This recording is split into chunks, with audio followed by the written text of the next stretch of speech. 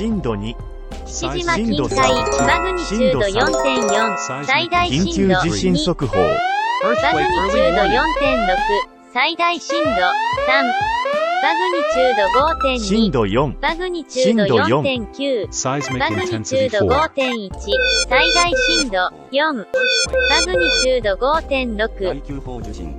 現在地の予想震度。マグニチュード 5.7、猶予時間は120秒以上。信号。父島近海。マグニチュード 5.6。深さ 10km。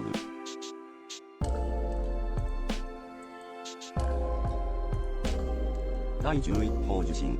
現在地の予想震度 0.0。猶予時間は120秒以上。信号。父島近海。マグニチュード 5.7。深さ 10km。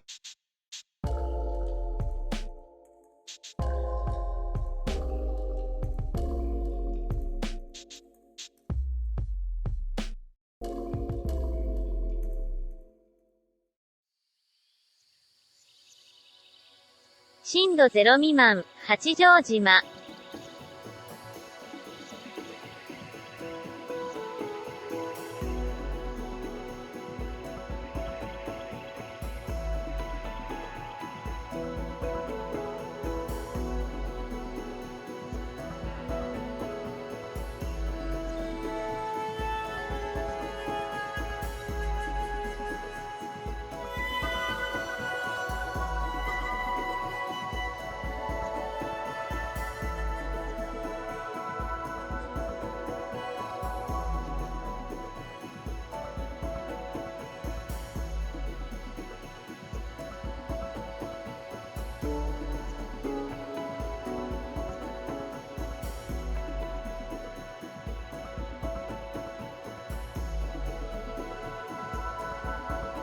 最大震度4のやや強い地震が発生しました。